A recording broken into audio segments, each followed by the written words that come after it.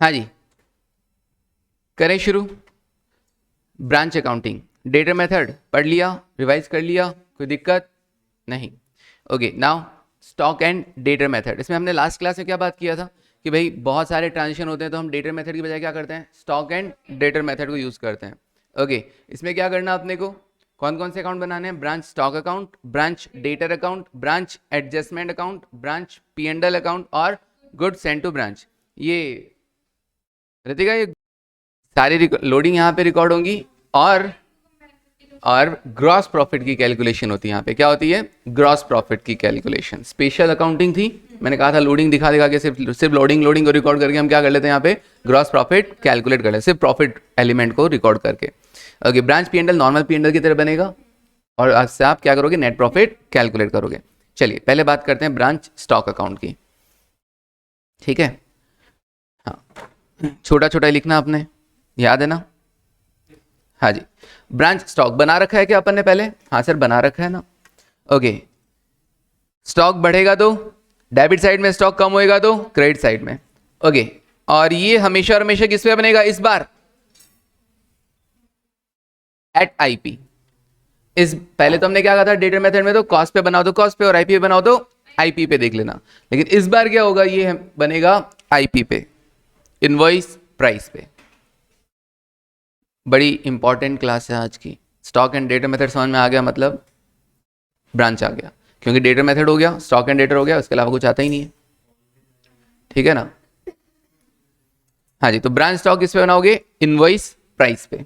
सबसे पहले क्या होगा, ओपनिंग बैलेंस। ये सिर्फ स्टॉक अकाउंट बन रहा है, ब्रांच अकाउंट नहीं बन रहा है कि हम ओपनिंग एसेट्स लिखें सारी। स्टॉक का opening balance, to balance brought down, to balance brought down, opening. Okay, to balance brought down किस पर होगा, ऑब्वियसली आईपी पे, इनवॉइस प्राइस पे। यहां लोडिंग नहीं हटाना है अपने को, ये कोई हम ब्रांच अकाउंट नहीं बना रहे हैं, स्टॉक अकाउंट बना रहे हैं एट आईपी। तो आईपी पे रिकॉर्ड हो रहा है, तब तक उसका कोई एडजस्टमेंट नहीं करना। जैसे कि मान लीजिए आप 100 रुपए की कॉस्टिंग का माल, उसकी आईपी है कितनी, 120 रुपए, कॉस्ट 100 रुपए, इनवॉइस प्राइस 120 रुपए, और आगे जाके उसको बेचा जाता है 150 रुपए में, सेल वैल्यू। तो हम लोग इसे किस पे रिकॉर्ड कर रहे हैं अभी फिलहाल, बोले तो अमाउंट 120 रुपए। ओके, चलिए second.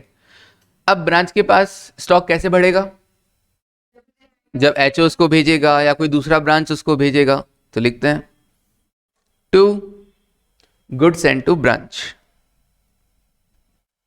To goods and to branch.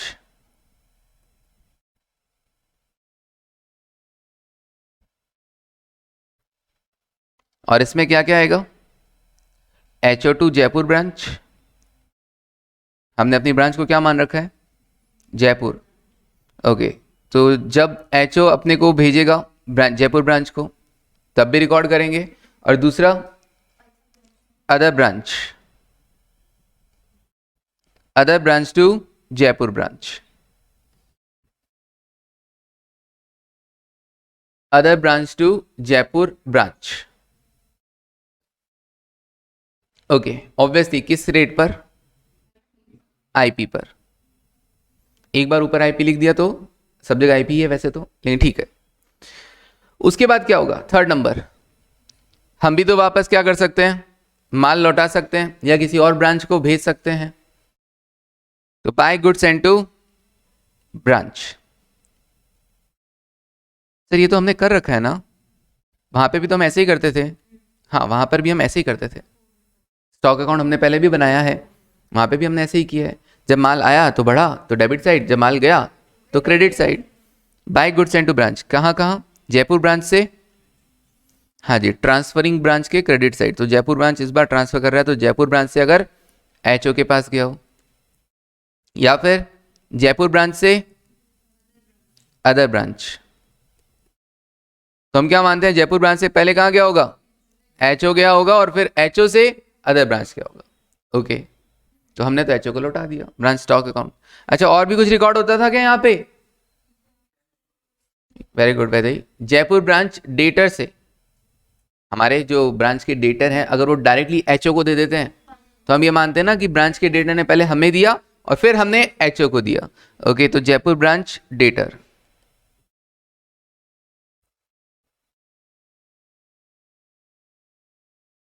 To HO, Jaipur branch के डेटर ने डायरेक्टली किसको दे दिया? एचओ को दे दिया। ओके, हाँ जी। तो 1 2 3 नंबरिंग लगाना है क्या? मेरे ख्याल से यहाँ पे जरूरत नहीं पड़ेगी, क्योंकि वहाँ पे तो क्या 9 आइटम्स फिक्स थे, यहाँ पे थोड़ा और बड़ा है, तो फिर किस किस के नंबर याद रखेंगे? और वहाँ पे तो सिर्फ एक ब्रांच अकाउंट था, यहाँ पे तो अपने को ब्रांच स्टॉक हुआ, डेटर हुआ, एडजस्टमेंट हुआ, P&L हुआ, ये सब सीखने हैं अभी। तो अभी नंबरिंग नहीं लगा रहा, बस ध्यान रखेंगे कि कौन सा कहाँ पे आइटम अपने को लिखना है। तो स्टॉक बढ़ेगा तो डेबिट साइड, स्टॉक कम होगा तो क्रेडिट साइड। जहाँ पे समझ में नहीं आए तो बोल देना। ओके, 4th नंबर पे, अच्छा, माल जो लौटाया होगा वो भी किस पे लौटाया होगा? ऑब्वियसली आईपी पे। अब जब आप माल बेच देते हैं तो आपके पास स्टॉक कम हो जाता है, तो लिख दो यहां पर। हाँ प्रेरणा, तो आप लिख दो यहां पर क्या? स्टॉक कम हो गया। अच्छा, प्रॉपर अकाउंटिंग है ये, डबल एंट्री सिस्टम है ये पूरा। यहाँ पे वो मेमोरेंडम वाला सीन नहीं है, जैसे ब्रांच अकाउंटिंग में तो बाकी सब अकाउंट क्या होते थे? मेमोरेंडम होते थे। तो आप इधर उधर डेबिट या क्रेडिट कॉलम में अमाउंट, नाम कुछ भी लिखो, उससे कोई फर्क नहीं पड़ता। ये प्रॉपर अकाउंटिंग है, डबल एंट्री सिस्टम है। तो यहाँ पर आप प्रॉपर अकाउंटिंग की तरह ही रिकॉर्ड करेंगे। तो यहाँ पर अगर पैसा आता है, माल बेचने से पैसा आता है, तो आप रिकॉर्ड क्या करो? देखो, जनरली एंट्री क्या होती है माल बेचने की? कैश सेल्स की, cash account debit to sales account. लेकिन यहाँ पर क्या होगी फिर? यस, यहाँ पर क्या होगी? कैश में भी कौन सा? Branch cash account debit to sales के लिए क्या आ जाएगा? Branch stock account. ओके, तो जब भी कैश सेल्स होगा उसकी एंट्री क्या होगी? Branch cash account debit to branch stock account. Okay,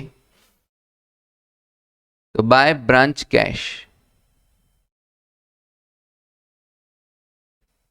bye branch cash account, और ब्रैकेट में लिख देते हैं क्या? Cash sales. अच्छा, एक बात बताओ, सेल जो हुआ होगा ये प्रॉपर एंट्री है, डबल एंट्री सिस्टम है, तो ये आईपी पे हुआ होगा या सेल वैल्यू पे हुआ होगा? सेल वैल्यू पे। अगर आईपी ही सेल प्राइस है तब तो कोई प्रॉब्लम नहीं है, लेकिन आईपी और सेल प्राइस अगर अलग अलग है तो यहां पर ऑब्वियसली रिकॉर्ड तो किस पे होगा? सेल प्राइस पे ही रिकॉर्ड होगा यहां पर फिलहाल। फिर क्योंकि हमारा मोटिव क्या था? इसको आईपी पे रिकॉर्ड करना था, तो हाँ वेरी गुड। अगर मैं यहाँ पर 120 लिख रहा हूँ, अगर मैं यहाँ पर 120 लिख रहा हूँ, अगर मैं यहाँ पर 120 लिख रहा हूँ और यहाँ पर 150 लिख रहा हूँ, तो 30 अगर मैं डेबिट साइड में लिख दूँ तो मेरा काम बन जाएगा ना?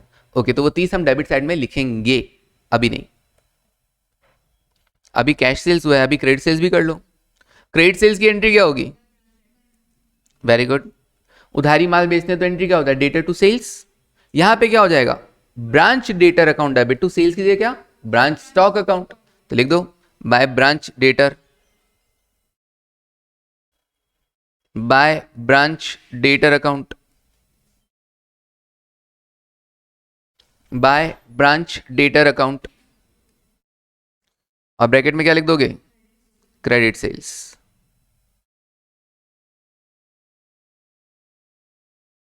क्रेडिट सेल्स ऑब्वियसली ये भी किस पे रिकॉर्ड होगा? सेल प्राइस पे। ये हो गया 5th नंबर। अच्छा, माल बेचा है तो माल लौट के भी तो आ सकता है, सेल्स रिटर्न। ओके, तो सेल्स रिटर्न को भी रिकॉर्ड किया जाएगा। सेल्स रिटर्न का रिकॉर्ड कैसे करोगे? एंट्री क्या करोगे? माल आया तो स्टॉक अकाउंट डेबिट टू, देने वाला कौन? Debtor. Sales return to debtor करते हैं ना, तो उसकी जगह क्या होगा? Stock account debit to debtor. तो branch stock account debit to branch debtor.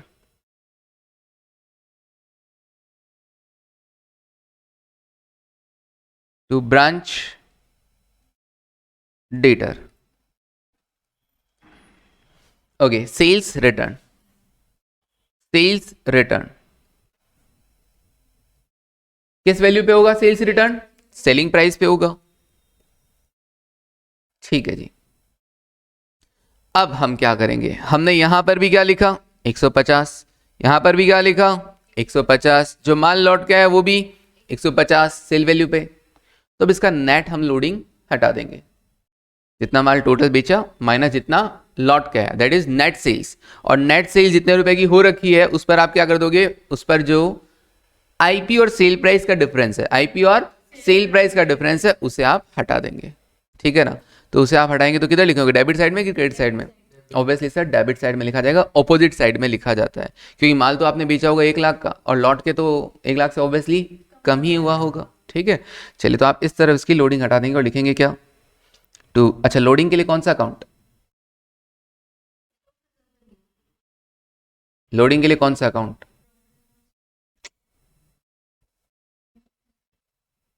Branch adjustment, yes, सारी लोडिंग कहां पे जाएगी, ब्रांच एडजस्टमेंट, तो ऑब्वियसली कहां पे जाएगा, ये लोडिंग ब्रांच एडजस्टमेंट में जाएगा। हाँ Archi very good, okay, branch adjustment to branch adjustment account, और इसमें मैं लिख देता हूं sale price minus IP, selling price minus IP, या इसका नाम क्या देंगे हम, एपरेंट प्रॉफिट या एपरेंट सरप्लस, कुछ भी दिया जा सकता है, to branch adjustment account, sale price minus IP. आप एपरेंट प्रॉफिट लिख के सेल प्राइस माइनस आईपी को अमाउंट वाले कॉलम में भी दिखा सकते थे, खैर कोई बात नहीं। तो कुछ नहीं, यहां पर 30 भी तो लिखा जा सकता था, मतलब यहाँ पे सॉरी लिखा जाएगा, यहाँ पे क्या लिखा जाएगा, अभी 30 वाला अमाउंट लिखा, तो 150 माइनस 30 बच गया कितना, 120। अपने को स्टॉक को किस पे वैल्यू करना था, यहाँ पे दिखाना शो करना है, आईपी पे शो करना है, तो हमने 150 लिखा, 30,000 लिखा, तो कोई बात नहीं, ऑपोजिट में 30 लिख दिया। चलिए समझ में आया पक्का, ठीक है सर, आगे बढ़ते हैं। ये हो गया 7th number. Now 8th number, ये जो स्टॉक हुआ होगा, कभी कभी एबनॉर्मल लॉस भी तो होता होगा, लॉस हो गया तो स्टॉक कम हो गया कि नहीं हो गया, तो क्रेडिट साइड में लिखोगे, लिख दो by abnormal loss,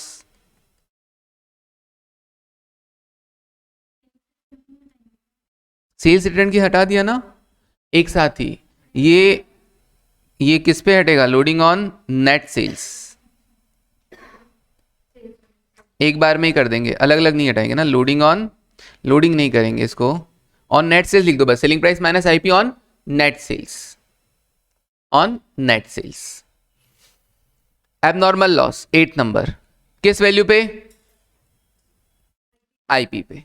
abnormal loss, stock कम हो गया तो उसका इनवॉइस प्राइस देख लो कितना का स्टॉक भेजा था, उसमें से इतना तो एबनॉर्मल लॉस हो गया है। अच्छा जी, नॉर्मल लॉस भी तो हो सकता है, हाँ सर, और मैंने लास्ट डे क्या कहा था,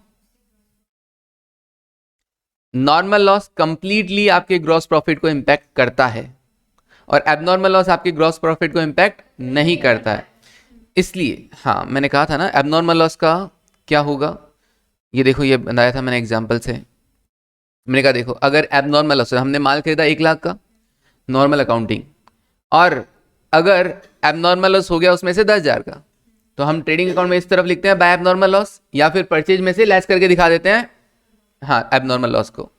फिर हमने 90,000 का माल बेच दिया, 90,000 का माल बेच दिया, कितने में, 50% जोड़कर, तो 90,000 प्लस 50% कितना हुआ, 1,35,000। ओके, तो ग्रॉस प्रॉफिट कितना शो हो रहा है, 45,000। 90,000 का आपने जो माल बेचा 50% जोड़कर, मतलब कितना प्रॉफिट कमाया उस पर, 45,000 का, वो पूरा 45,000 यहाँ ग्रॉस प्रॉफिट में रिफ्लेक्ट हो रहा है कि नहीं हो रहा है, हाँ सर हो रहा है। इसका मतलब इस एबनॉर्मल लॉस की वजह से हमारा ग्रॉस प्रॉफिट इफेक्ट नहीं हुआ। ओके, इस एबनॉर्मल लॉस की वजह से हमारा क्या इंपैक्ट हो रहा है, नेट प्रॉफिट इंपैक्ट हो रहा है। 45 में से 10,000 का एबनॉर्मल लॉस हटा दिया, नेट प्रॉफिट कितना रहा, 35,000। ठीक है, इसीलिए मैंने एबनॉर्मल लॉस का जो अमाउंट है स्टॉक का, उसमें प्रॉफिट एलिमेंट वाला अलग कुछ मतलब अलग नहीं किया, मैंने सारा का सारा स्टॉक अकाउंट में डाल दिया। मैं इसको कहीं पर भी एबनॉर्मल लॉस को ब्रांच एडजस्टमेंट अकाउंट में नहीं दिखाने वाला हूं, ब्रांच एडजस्टमेंट में क्या आता है? सिर्फ और सिर्फ लोडिंग वाला। जो ब्रांच एडजस्टमेंट क्या रिजल्ट शो करता है? Gross profit. क्या हमारा एबनॉर्मल लॉस ग्रॉस प्रॉफिट को इफेक्ट करता है? इसलिए मुझे उसको ब्रांच एडजस्टमेंट में नहीं दिखा रहा। अच्छा, नॉर्मल लॉस हमारे ब्रांच एडजस्टमेंट को इफेक्ट करता है क्या? करता है। अच्छा जी, हाँ जी। ये क्या है सर? ये है कॉस्ट। ये है कॉस्ट। अभी मैं ब्रांच एडजस्टमेंट में भी दिखाऊंगा, क्योंकि ये 10,000 क्या है? कॉस्ट। तो वापस बोलता हूं, एबनॉर्मल लॉस की जो कॉस्टिंग है वो मेरे ग्रॉस प्रॉफिट को इम्पैक्ट नहीं करती। रिपीट कर रहा हूं, एबनॉर्मल लॉस की जो कॉस्टिंग है वो मेरे ग्रॉस प्रॉफिट को इम्पैक्ट नहीं करती, वो मेरे P&L को, हाँ, नेट प्रॉफिट को इम्पैक्ट करती है। ठीक है। और नॉर्मल लॉस की जो कॉस्टिंग वगैरह है वो, यस, मैंने कहा अगर ये नॉर्मल लॉस रहा गुड्स का, तो हमने 1 लाख खरीदा, 10,000 का तो नॉर्मल लॉस है, बाकी बचा 90,000 को बेच दिया 50% में, 1.35 में। नॉर्मल लॉस को रिकॉर्ड नहीं करते नॉर्मल अकाउंटिंग के अंदर, वो अपने आप उसका इंपैक्ट किस पर आ गया है? ग्रॉस प्रॉफिट पे। हमने 90,000 का माल 50% प्रॉफिट 45,000 में बेचा, 45,000 के प्रॉफिट पे, फिर भी ग्रॉस प्रॉफिट कितना शो रहा है? 35 था। इसका मतलब नॉर्मल लॉस की जो कॉस्टिंग है वो आपके ग्रॉस प्रॉफिट को इम्पैक्ट करती है। ठीक है। तो अब यहां पर ये जो एबनॉर्मल लॉस है आईपी, आईपी मतलब क्या होता है sir? Cost plus profit, cost plus loading. लिखना नहीं है अभी, है ना? तो इसका जो कॉस्ट वाला पार्ट है वो आपके ग्रॉस प्रॉफिट को इंपैक्ट नहीं करता है, वो किसको इंपैक्ट करता है? नेट प्रॉफिट को। तो ऑब्वियसली आप यहां पे लिखेंगे क्या? टू एबनॉर्मल लॉस, कितना वैल्यू? उसकी कॉस्ट। लेकिन यहां पर तो एबनॉर्मल लॉस आपने रिकॉर्ड किया था किससे?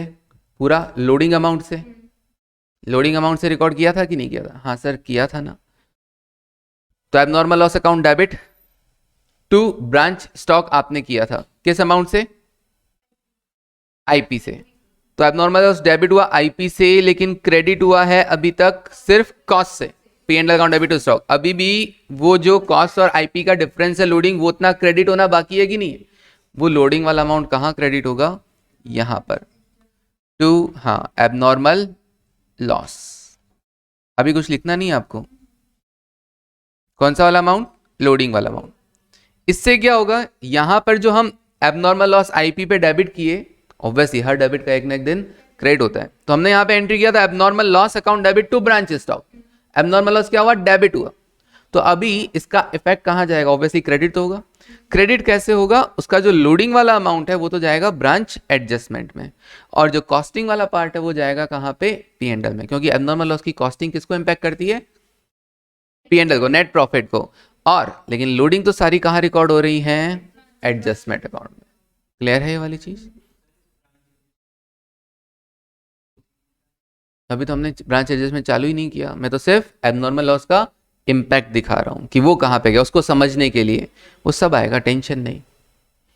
अभी मैं सिर्फ एबनॉर्मल लॉस का समझा रहा हूं, इसलिए मैंने आपको कहा कि लिखना नहीं है, क्योंकि मैं ब्रांच एडजस्टमेंट बना नहीं रहा, अभी उनको हटा दूंगा वापस। अच्छा, अब नॉर्मल लॉस की बात करो।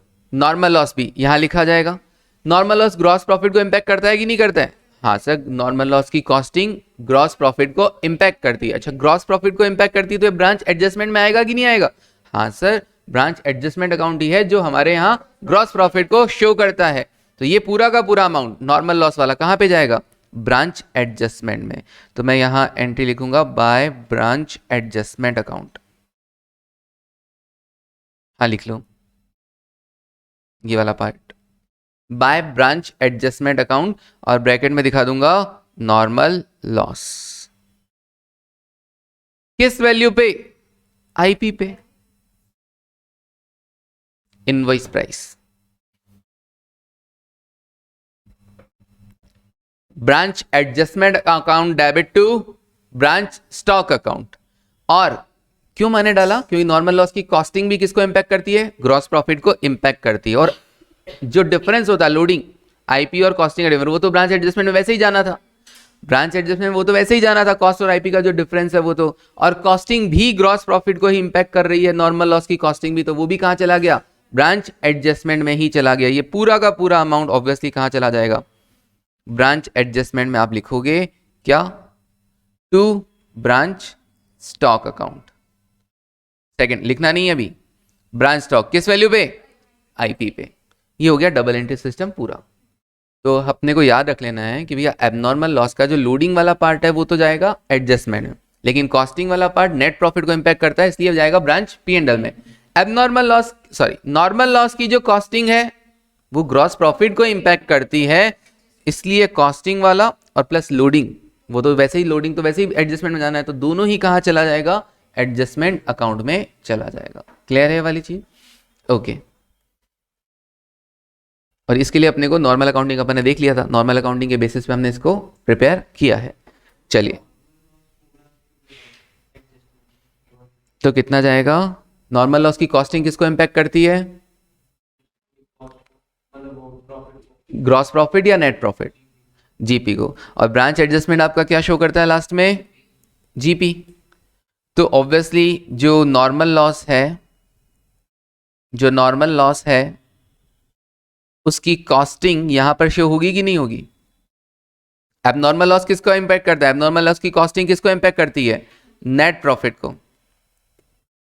तो एबनॉर्मल लॉस की कॉस्टिंग तो इफेक्ट कर रही है नेट प्रॉफिट को, और नॉर्मल लॉस किसको इंपैक्ट करता है, ग्रॉस प्रॉफिट को। नॉर्मल लॉस के कारण आपकी ग्रॉस प्रॉफिट क्या हो जानी चाहिए, कम हो जानी चाहिए, तो इसलिए नॉर्मल लॉस की कॉस्टिंग वाला पार्ट आप यहां पर लिख रहे हैं, और लोडिंग तो दोनों की ही कहां पे आएगी, एडजस्टमेंट में आएगी। तो एबनॉर्मल लॉस हो चाहे नॉर्मल लॉस हो, दोनों की ही लोडिंग यहां पर आएंगी।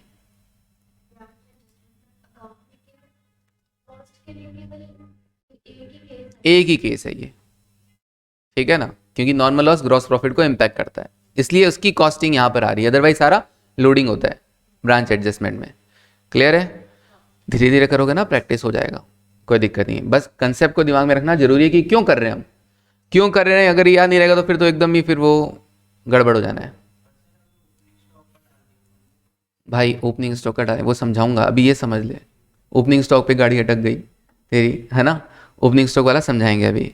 अभी सिर्फ एबनॉर्मल लॉस को समझाने के लिए मैं तुमको इधर लेके आया, वो समझ में आया कि नहीं आया, नॉर्मल लॉस को समझाने के लिए लेके आया, वो आया कि नहीं आया, कि नॉर्मल लॉस तो कंप्लीटली ग्रॉस प्रॉफिट को इंपैक्ट करता है, तो उसका तो पूरा आईपी एडजस्टमेंट अकाउंट में आएगा, और एबनॉर्मल लॉस की कॉस्टिंग नेट प्रॉफिट को इंपैक्ट करती है, इसलिए कॉस्टिंग वाला पार्ट जाएगा पी एंड एल अकाउंट में, और लोडिंग वाला पार्ट जाएगा एडजस्टमेंट में। क्लियर है, ओके। बस इतना सा समझाने के लिए तुमको मैं ये करवाया, अभी वापस हटा के करेंगे अपन सारा। चलिए नेक्स्ट 9th नंबर हो गया ये, नाउ 10th नंबर। कभी कोई क्वेश्चन आएगा जिसमें क्या बोलेंगे, ब्रांच ने अपने लेवल पे क्या कर लिया है, माल खरीद लिया है, ब्रांच को हमने ऑथराइज किया होगा, ब्रांच ने अपने लेवल पे लोकल परचेज कर ली। अब लोकल परचेज कर ली तो ब्रांच के पास से क्या जाएगा, पैसा जाएगा कि नहीं जाएगा, स्टॉक तो बढ़ गया, तो stock account debit to branch cash, तो लिखो branch cash, branch cash account, local purchase bracket में लिख देता हूं, लोकल परचेज अपने लेवल पे अगर उसने खरीदा होगा तो। अच्छा तुमको क्या लगता है ये जो लोकल खरीदा होगा वो भी आईपी पे खरीदा होगा कि कॉस्टिंग पे खरीदा होगा, वो तो कॉस्टिंग पे ही खरीदा होगा, अगर तुमने इतना ऑथराइज कर रखा है तो ऑब्वियसली उसने तो कॉस्ट पे ही खरीदा होगा, तो पैसा कितना गया होगा, आईपी के लिखूं या कॉस्ट लिखूं, सर पैसा कॉस्ट के बराबर ही गया है, 100 रुपए गए हैं, तो मैं क्या लिखूंगा यहाँ पे, कॉस्ट ही लिखूंगा, बट मेरे को तो यहाँ पे आईपी लिखना, हिसाब देना होता है, मैंने तो यहाँ पे 100 रुपए लिख दिए, मैंने अपने लेवल पे खरीदा, 100 रुपए में खरीदा, भाई ब्रांच खरीदे चाहे एचओ खरीदे, ऑब्वियसली खरीदेगा तो कॉस्ट पे खरीदेगा, तो खरीदा तो 100 में, लेकिन मेरे को यहाँ पे रिकॉर्ड किस पे करना है, आईपी पे, तो अभी 100 लिख दिया तो 20 और लिख दूं, 20 और लिख दूं, लिखना पड़ेगा 20 और, तो वो 20 हाँ जबरदस्ती नहीं है, क्योंकि हाँ आईपी है, this one is at IP, तो 20 भी यहाँ पे लिखना पड़ेगा, इसी साइड लिखना पड़ेगा, बट पैसा तो गया नहीं है ना 20 रुपए, तो क्या नाम आएगा, लोडिंग किससे आता है, लिखो branch adjustment, to branch adjustment account, to branch adjustment account, loading on local purchase, loading on local purchase. कितने रुपए का आ जाएगा यहाँ पे? 20 रुपए का। तो 100 और 20 हो गया आईपी पूरा। सब जगह हम ध्यान रख रहे हैं कि आईपी का हिसाब किताब पूरा हो। ओके चलिए सर, ये भी लिख दिया। तो वो कॉस्ट हो गया और ये लोडिंग हो गया।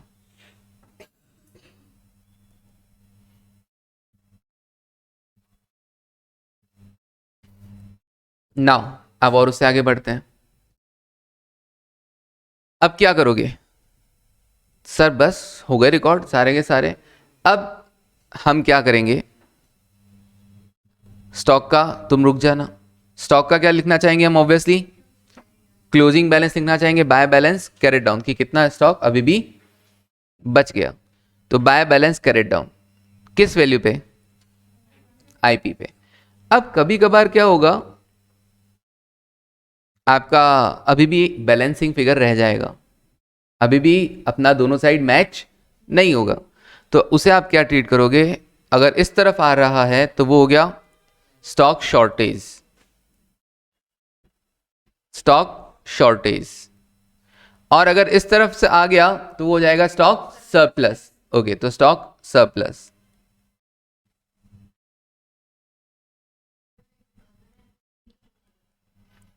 कभी कोई चोरी करके ले गया, आपने वो पता नहीं चला, चूहे कुतर गए पता नहीं चला, एबनॉर्मल लॉस रिकॉर्ड किया अपन ने, वो तो आंखों देखा था, ठीक है ना।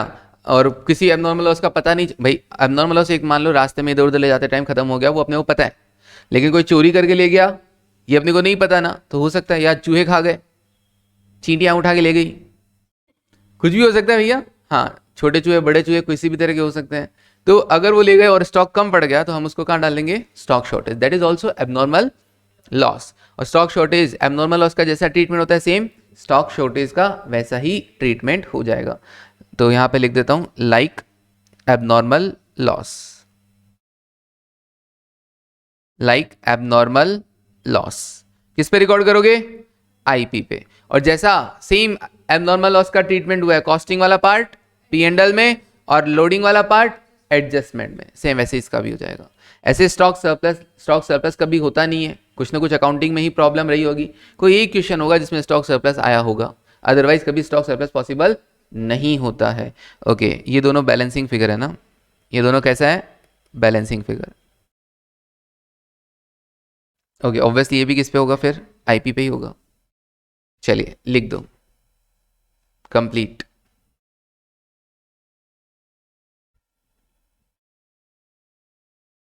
ये है ब्रांच स्टॉक अकाउंट।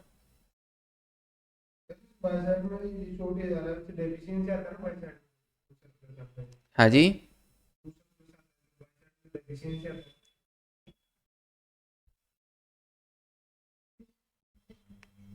एक ही बात, ठीक है। बाय स्टॉक शॉर्टेज लिखो, बाय स्टॉक डेफिशिएंसी लिखो,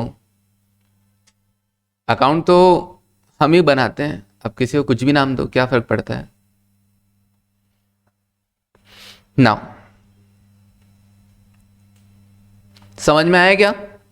बाकी प्रैक्टिस मांगता है ना, अभी तो एक ही अकाउंट हुआ है, अभी तो देखो सबसे रिलेट कर पाएंगे तब जाके समझ में आएगा। ब्रांच स्टॉक अकाउंट, उसके बाद नेक्स्ट चले आगे, ब्रांच डेटर। ये तो तुम्हारा जाना पहचाना देखा हुआ है, बना दो फटाफट से। डेटर अकाउंट में डेटर भी क्या होता है? Nature debit. तो डेबिट साइड इसकी प्लस साइड है और क्रेडिट साइड इसकी माइनस साइड है। Opening debtors to balance brought down, opening debtors to balance brought down. Okay, किस वैल्यू पे? आईपी पे या सेल प्राइस पे? ऑब्वियसली सर डेटा तो सेल प्राइस पे रिकॉर्ड होंगे, तो बार बार लिखने की जरूरत नहीं है अपने को यहां पर। फिर उसके बाद डेटे को आपने माल बेचा होगा, क्या एंट्री की थी डेटे को जब आपने माल बेचा था उधारी? क्रेडिट सेल्स की। यस, आपने यहां पे दिखाया था ब्रांच स्टॉक में, देखो बाय ब्रांच डेटर, तो बस डेटर अकाउंट में आ जाएगा टू ब्रांच स्टॉक, लिख दो टू ब्रांच स्टॉक।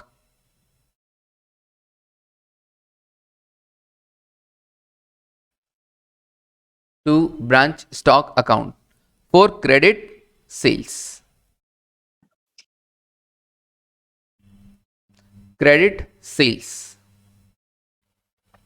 ओके, फिर उसके बाद तो इससे डेटर बढ़ गए।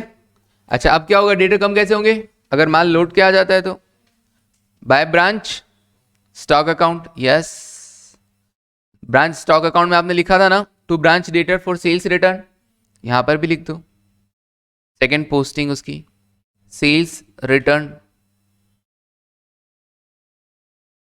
और आपके डेटर्स कैसे कम हो सकते हैं, अगर डेटा से पैसा आ जाता है, डेटा से पैसा आ जाता है, पैसा आएगा तो कैश टू डेटर होता है ना, तो branch cash to branch debtor, simple. Cash to debtor की जगह क्या हो गया, branch cash to branch debtor, तो बाय ब्रांच कैश, ब्रैकेट में लिख देते हैं क्या, कलेक्शन।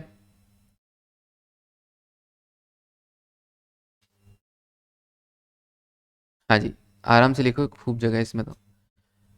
और क्या होगा सर, कोई पैसा वैसा आता है, मान लो कोई चेक मिला, वो डिसऑनर हो गया तो ऑपोजिट साइड लिखा जाएगा कि नहीं लिखा जाएगा। ओके, तो आप यहां पे क्या करेंगे, आप यहां पर डिसऑनर अगर होता है तो वैसे तो कैश आएगा, तो ठीक है कैश में, अगर चेक मिलता है तो बैंक अकाउंट डेबिट होता है, भाई कैश में आया तो बाय ब्रांच कैश लिखा, अगर चेक मिलेगा तो ऑब्वियसली क्या होगा, बैंक अकाउंट। अब बैंक अकाउंट अगर अपन ने किया है बाय बैंक, तो यहां पे क्या हो जाएगा, टू बैंक। हाँ, अगर पैसा चेक में आ रहा है तो ऑब्वियसली पहले चेक मिलेगा, चेक रिसीव्ड, यहां पे लिख सकते हो cheque received, now cheque dishonour.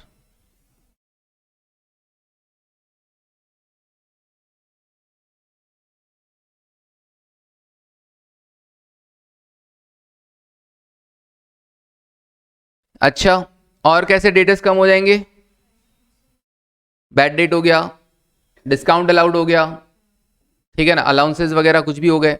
Okay, तो उसके लिए क्या लिखोगे, बाय ब्रांच एक्सपेंसेस, या तो आप देखो बाय ब्रांच एक्सपेंसेस लिख दो, या फिर एक काम करो, यहां पर एक्सपेंसेस भले ही मत लिखो, यहां पर भी आप नॉर्मल तरीके से क्या लिख दो, बाय बैड डेट और बाय डिस्काउंट अलाउड।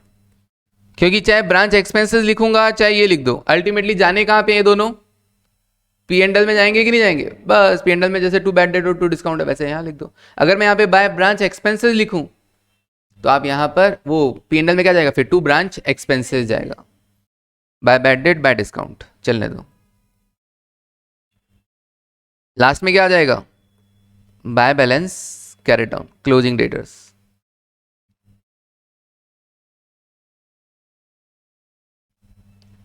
नक्की,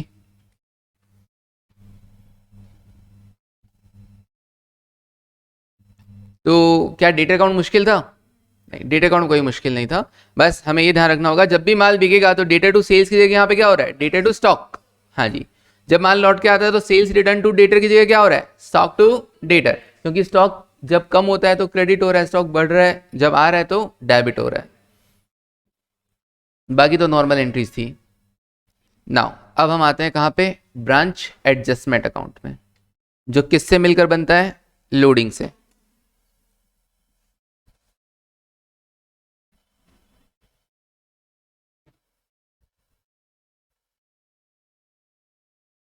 ओके, सबसे पहले लोडिंग में कौन सा अमाउंट आएगा, जो ऋतिक कितनी देर से बोल रहा था सर लोडिंग में कौन सा अमाउंट आएगा, लोडिंग में कौन सा आएगा, सबसे पहले ओपनिंग स्टॉक के रिगार्डिंग, अपन लोडिंग हटाते हैं ना, तो ओपनिंग स्टॉक के रिगार्डिंग जब लोडिंग हटाते हैं क्या लिखा करते थे हम लोग, स्टॉक रिजर्व, अभी भी यही लिखेंगे, by stock reserve,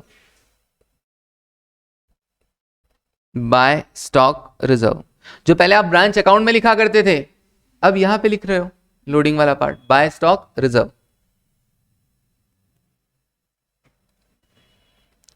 on opening stock, और अमाउंट में लिख दूंगा लोडिंग।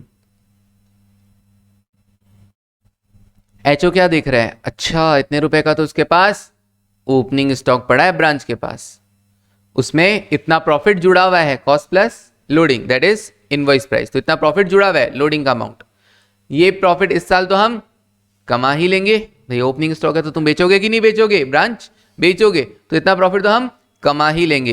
कितना प्रॉफिट सोच रहा है वो, 20 रुपए था ना कॉस्ट और आईपी का डिफरेंस, तो ये 20 रुपए इस बार तो हम कमा ही लेंगे, ये हमारे ग्रॉस प्रॉफिट में शामिल हो जाएगा। ओके, फिर और क्या सोच रहा होगा, और उसने माल भेजा है इस बार, उसकी लोडिंग हटाओ। उसकी लोडिंग किस नाम से हटती है? By goods and to branch. पहले भी तो ऐसे ही हटाते थे। हाँ सर, यही नाम यूज हुआ करता था। On net goods sent. बार बार हटाएं या नेट गुड्स पे कर दें? मैंने भेजा, फिर तुमने मुझको भेजा, दोनों का अलग अलग लोडिंग हटाऊं या केवल नेट करके हटा दूं? नेट करके हटा दूं। लोडिंग कितने रुपए? वही 20 रुपए, सिंपल।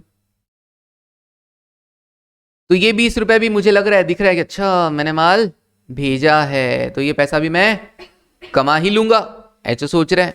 ओके, और कौन सा पैसा आप कमा लोगे, आपको क्या लगता है? Very good. जो तुमने अपने लेवल पे खरीदा था लोकल परचेज, वो भी तो क्या होगा, उस पर भी जो प्रॉफिट, तुमने तो कॉस्ट पे खरीदा ना, मैं खरीदूं तुम खरीदो बात एक है, बट वो भी तो तुम्हारे पास स्टॉक पड़ा है, उसको भी तो तुम बेचोगे, उसको बेचोगे तब भी क्या होगा, मुझे प्रॉफिट होगा कि नहीं होगा, वो भी लिखो। बाय अकाउंट का नाम क्या आएगा यहां पर? क्या लोकल परचेज के लिए तुमने स्टॉक अकाउंट में एंट्री पास किया था? हाँ सर, स्टॉक अकाउंट में हमने किया था to branch adjustment, loading on local purchase, तो ब्रांच एडजस्टमेंट में लिख दो by branch stock, by branch stock account on local purchase loading. ये लो जी, इस पे भी मैं 20 रुपए, अभी तो मैं ये देख रहा हूं कि क्या क्या कमाऊंगा। ये लो जी, ओपनिंग स्टॉक जो तुम्हारे पास है उस पर कमाऊंगा, जो माल मैंने भेजा उस पर कमाऊंगा, जो तुमने खरीदा उस पर कमाऊंगा।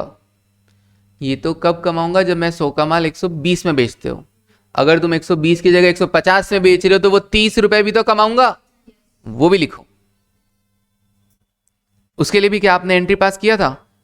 यस सर, यहां पर हमने स्टॉक अकाउंट में लिखा था टू ब्रांच एडजस्टमेंट, वो 30 रुपए भी तो मेरे हैं, तो इसको 30 रुपए को यहां पे दिखाओ, bye branch stock, by branch stock.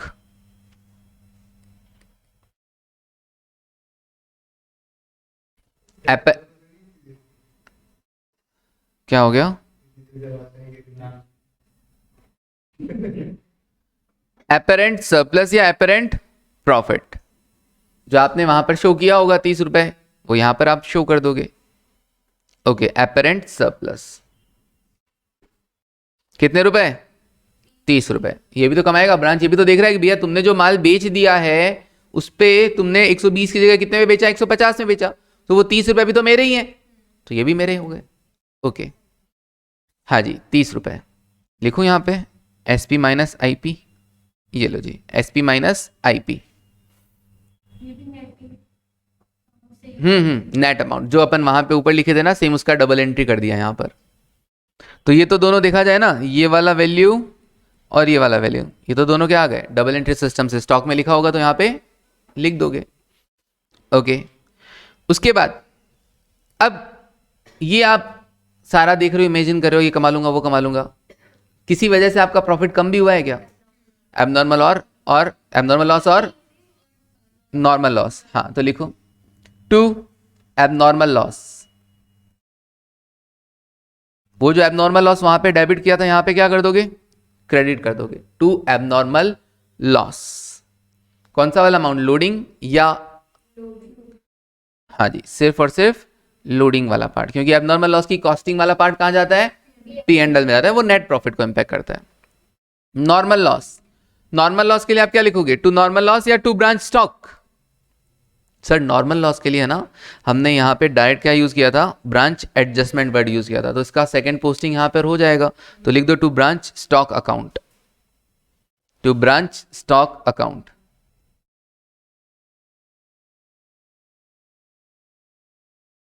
अगर मैं उधर बाय नॉर्मल लॉस वर्ड लिखता ना, तो यहाँ पे भी क्या आ जाता, टू नॉर्मल लॉस वर्ड आ जाता। क्यों, तुम्हारे पास नहीं है क्या? फिर हाँ, वो तो मैंने ऐसे ही समझाने के लिए लिखा था ना, बाकी आईपी लिखा हुआ है, इसका मतलब क्या है, कॉस्ट प्लस लोडिंग ही है। ओके, तो नॉर्मल लॉस का कौन सा वाला अमाउंट आएगा, सिर्फ हाँ पूरा आईपी, कॉस्ट भी यहीं आ गया और लोडिंग, लोडिंग तो आना ही था, भाई मैं ये देख रहा हूँ कि मैं ये कमाऊंगा, ये कमाऊंगा, ये भी कमाऊंगा और ये भी कमाऊंगा, लेकिन उसमें से जो एबनॉर्मल लॉस हो गया उस पर जो 20 रुपए कमा सकता था वो तो नहीं कमा पाऊंगा अब, उसकी वजह से मेरा ग्रॉस प्रॉफिट कम हो गया। और जो नॉर्मल लॉस हो गया है, जो नॉर्मल लॉस हो गया है उस पर, वो तो पूरा का पूरा अमाउंट ही, जो 20 रुपए कमा रहा था वो तो नहीं मिले, पहली बात तो जो मैं सोच रहा था कि मेरे को मिल जाएंगे बट वो तो नहीं मिले क्योंकि नॉर्मल लॉस होना है, प्लस उस पर उसकी जो कॉस्टिंग है वो भी आपको किसको इम्पैक्ट करने वाली है, वो भी आपके ब्रांच एडजस्टमेंट ग्रॉस प्रॉफिट को ही इम्पैक्ट करने वाली है। ओके, तो पूरा आईपी दिखा दिया जाएगा। हाँ प्रेरणा, ओके चलिए और देखते हैं। और किसी वजह से आपका कोई प्रॉफिट कम होने वाला हो? मैंने कहा हाँ सर, वो स्टॉक अगर शॉर्टेज वगैरह हो जाए तो, सरप्लस को मैं कंसिडर करता ही नहीं हूँ कभी, बहुत रेयर केस है। शॉर्टेज अगर हो जाता है तो वो भी तो एबनॉर्मल लॉस ही है, तो लिख दो by branch stock, sorry to branch stock, stock shortage.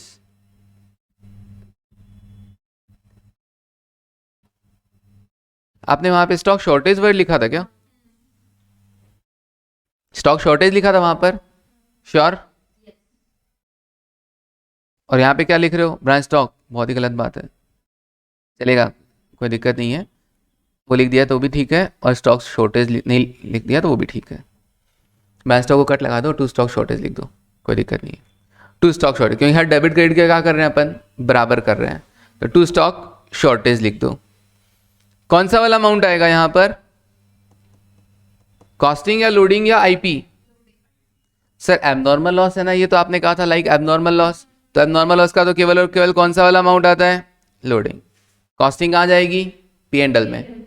Okay, to stock shortage, और बस लास्ट में क्या कर दो अभी, जो भी ग्रॉस प्रॉफिट है उसको कहाँ ट्रांसफर करने का, branch P and L. Trading का ग्रॉस प्रॉफिट कहाँ ट्रांसफर होता है, पी एंड एल अकाउंट में, ग्रॉस प्रॉफिट, बैलेंसिंग फिगर। नक्की?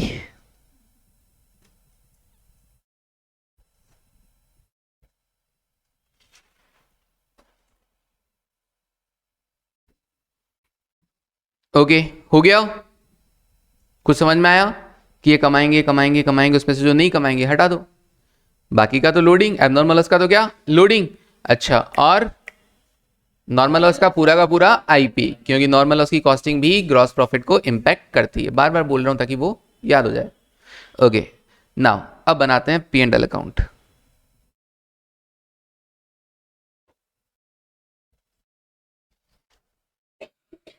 लिखो, पी एंड एल में सबसे पहले क्या लिखोगे, branch adjustment account, gross profit by, P and L की शुरुआत कैसे होती है, ग्रॉस प्रॉफिट से।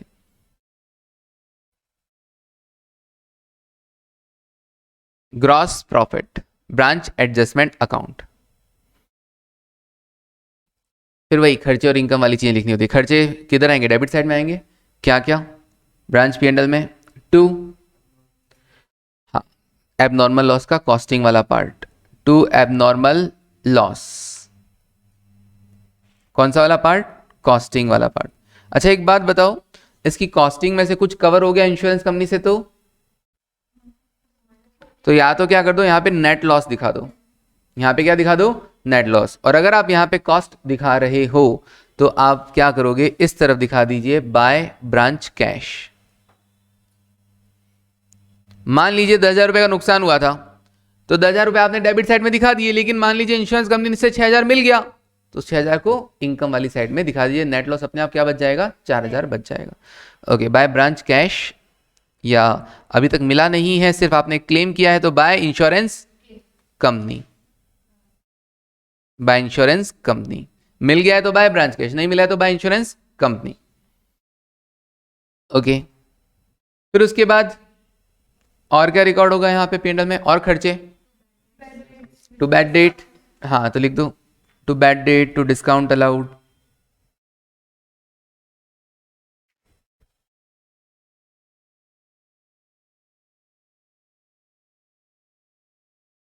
ओके, स्टॉक शॉर्टेज, हाँ stock shortage like abnormal loss, उसका भी पार्ट आ जाएगा, कॉस्ट वाला पार्ट। और to provision for discount on debtor, याद है स्कैनर के क्वेश्चन में गया था, provision for discount on debtor branch account के अंदर, तो उसको आपने ब्रांच अकाउंट में लिखा था कि नहीं लिखा था, डेबिट साइड में करीब 45 या 42 500 का, हाँ जी, provision for discount on debtor account. और कोई मैनेजर को कमीशन वमीशन देना हो तो यहीं पे लिख देना टू मैनेजर कमीशन। और अभी आप क्या करना, और कोई खर्चा हो तो ठीक है, वरना to general P and L, net profit, net profit, बस।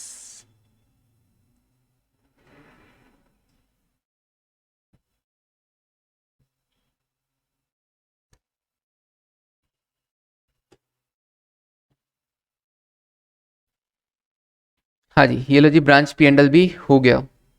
अब क्या बचा है, goods and to branch account, ये तो हमें पहले से ही बनाना आता है। गुड्स एंड टू ब्रांच जहाँ जहाँ लिखा है ना, उसका डबल एंट्री करने का सिस्टम, सेकंड पोस्टिंग यहाँ पे करने का। तो कहाँ कहाँ लिखा था सर हमने गुड्स एंड टू ब्रांच, देखो आपने कहीं ब्रांच स्टॉक में लिखा था क्या, हाँ सर ब्रांच स्टॉक में 2 बार लिखा था। सबसे पहले तो ब्रांच स्टॉक के डेबिट साइड में लिखा था, तो इसके क्रेडिट साइड में लिख दो बाय ब्रांच स्टॉक, जब माल भेजा था, जब एचओ ने जयपुर ब्रांच को माल भेजा था, HO to Jaipur branch, second posting हो रहा है और कुछ नहीं। और कोई दूसरा ब्रांच भेजेगा तो भी other branch to Jaipur branch. अच्छा, और कब लिखा था, अच्छा किस पे, आईपी पे, किस पे, आईपी पे। फिर और कब लिखा था, जब माल लौट के आया था, तो टू ब्रांच स्टॉक लिखा था अपन ने, ब्रांच स्टॉक में लिखा था by goods and to branch, तो उधर लिख दो टू ब्रांच स्टॉक। कब, जब जयपुर ब्रांच ने ट्रांसफर किया था, जयपुर ब्रांच ने भेजा था एचओ को, जब जयपुर ब्रांच ने भेजा था अदर ब्रांच को, जब जयपुर ब्रांच के डेटर्स ने भेजा था एचओ को। ओके, किस पे, आईपी पे रिकॉर्ड हुआ था। तो स्टॉक अकाउंट में ये 2 चीजें रिकॉर्ड हुई थी, to goods and to branch और by goods and to branch. अच्छा, कोई एडजस्टमेंट अकाउंट में भी रिकॉर्ड हुआ था क्या, एडजस्टमेंट अकाउंट में भी, एडजस्टमेंट में भी देखो आपने कहीं लिखा हो, हाँ लिखा था सर, एडजस्टमेंट अकाउंट के क्रेडिट साइड में लिखा था हमने, एडजस्टमेंट अकाउंट के क्रेडिट साइड में लिखा था by goods and to branch, किस पर, on net goods and, loading वाला अमाउंट, नेट गुड्स एंड, तो यहां पे लिख दो to branch adjustment, to branch adjustment account. कौन सा वाला अमाउंट, लोडिंग वाला अमाउंट। देखो जी, इसमें भी आपको क्या दिखाई दे रहा है, ध्यान से सुनना, ये तो माल जो जयपुर ब्रांच को भेजा गया था, राइट, ये वो माल जो जयपुर ब्रांच ने वापस लौटा दिया। अब जो नेट गुड्स भेजा गया था, नेट गुड्स सेंट, जो नेट गुड्स भेजा गया था, नेट गुड्स सेंट, उस पर जो लोडिंग है वो भी आपने रिकॉर्ड कर दिया। भाई मैंने आईपी 120 का माल भेजा, उसमें से जो लौट के आ गया वो हटा दिया। अब जो नेट गुड्स भेजा हुआ था 120 रुपए का, उस पर जो लोडिंग वाला अमाउंट है 20 हटा दो, बची क्या, कॉस्टिंग। और कॉस्टिंग कहाँ ट्रांसफर हो जाती है, गुड्स एंड टू ब्रांच से, भूला मत किया करो। गुड्स एंड ऑन कंसाइनमेंट का बैलेंस कहाँ जाता है, goods and on consignment, question आता है ये एमसीक्यूज में या फिलिप्स के अंदर, गुड्स एंड ऑन कंसाइनमेंट का बैलेंस कहाँ जाता है, ट्रेडिंग अकाउंट में। तो गुड्स एंड टू ब्रांच भी कहाँ जाएगा, ट्रेडिंग अकाउंट में। और मैंने पहले भी बताया था, वापस बता रहा हूं, क्यों जाता है ये ट्रेडिंग में, yes very good Aditi. Trading account मतलब आपका मेन ट्रेडिंग पी&एल। तो ट्रेडिंग के अंदर आप क्या दिखाते हो, डेबिट साइड में 2 परचेजेस दिखाते हो कि नहीं दिखाते हो, कि आपने टोटल माल कितने का खरीदा, 1 लाख का माल खरीदा। मान लीजिए उस 1 लाख में से तुमने 10,000 का कहीं भेज दिया कंसाइनमेंट पे या ब्रांच में, और बाकी 90 का खुद के लेवल पे बेच दिया, तो 90 तो बाय सेल के अंदर आ जाएगा। और बाकी 10,000 कहाँ आएगा? By goods sent to branch, by goods sent on consignment. पूरा हिसाब देना पड़ेगा कि नहीं देना पड़ेगा? अगर ट्रेडिंग अकाउंट के डेबिट साइड में परचेजेस 1 लाख की दे रहे हो तो क्रेडिट साइड में आपको पूरे 1 लाख का हिसाब देना पड़ेगा कि वो बिक गया या किसी को दे दिया या अभी भी स्टॉक में पड़ा है। By sales, by close stock, by goods sent to branch, by goods sent on consignment. तो इसीलिए गुड्स सेंट ऑन कंसाइनमेंट और गुड्स सेंट टू ब्रांच का बैलेंस कहाँ जाता है? ट्रेडिंग अकाउंट में जाता है। क्लियर है ये वाली चीज? ओके चलिए, तो ये था पूरा concept stock and debtor method का। बड़े होले होले हमने सीखा तो है, समझने की कोशिश तो की है। कंसेप्ट क्लैरिटी एक बार और वीडियो देखोगे तब आएगा। हालांकि मैंने पूरा ट्राई किया तुम लोगों को समझाने का, बट फिर भी अगर किसी की दिक्कत है तो एक बार फिर क्या करेंगे, पूरा ये वीडियो वापस देख लेंगे। ठीक है, चलिए अब हम इसके रिगार्डिंग करेंगे क्वेश्चंस। हाँ जी, मॉड्यूल में इलस्ट्रेशन नंबर 9 है, सिलेबस 16। 22 में भी कहीं ना कहीं मिल ही जाएगा ये इलस्ट्रेशन, चेक करना एक बार। Illustration number 9, multi chain store limited Delhi has its branches at Lucknow and Chennai. अच्छा, दो ब्रांचेज है। It charges goods to its branch at cost plus 25%। इसका मतलब ये माल कैसे बेचता है? IP at cost plus 25%। इसका मतलब अगर कॉस्ट है 100 रुपये तो उसमें हम लोडिंग ऐड करेंगे तो हमारे पास आएगा आईपी। तो कॉस्ट अगर 100 रुपये है तो लोडिंग कितना? 25 और आईपी 125। ठीक है। Following information is available for the transaction of the Lucknow branch for the year and. Okay, transactions किसके रिगार्डिंग है? लखनऊ ब्रांच। इसका मतलब अपने को लखनऊ ब्रांच के रिगार्डिंग अकाउंटिंग करनी है। बैलेंस एज ऑन 1 अप्रैल 2012, 1 अप्रैल 2012 को ओपनिंग बैलेंस किसका? स्टॉक का, डेटर का और पैटी कैश का। ठीक है, 30,000, 10,000 और 50,000। अगर ये ब्रांच अकाउंट होता, डेटर मेथड होता, तब तो सारे के सारे टू बैलेंस ब्रॉट डाउन में तीनों आ जाते, लेकिन हम तो स्टॉक एंड डेटर मेथड बना रहे हैं। सर आपको कैसे पता चला स्टॉक एंड डेटर मेथड बना रहे हैं अपन? मैंने कहा देखो, नीचे जब मैंने रीड किया तो मेरे को बोला कि पहला अकाउंट कौन सा? Lucknow branch stock account. इससे तो कुछ खास पता नहीं लग रहा था। फिर बोला लखनऊ ब्रांच डेटर अकाउंट। थोड़ा थोड़ा शक हुआ कि हाँ स्टॉक बोल रहा है, डेटर भी बोल रहा है, वरना वो तो मेमोरेंडम होते हैं। ओके, फिर यहाँ पे जाते हुए क्या हो गया? एकदम क्लियर हो गया कि भैया अब तो ये स्टॉक एंड डेटर ही बनाना पड़ेगा।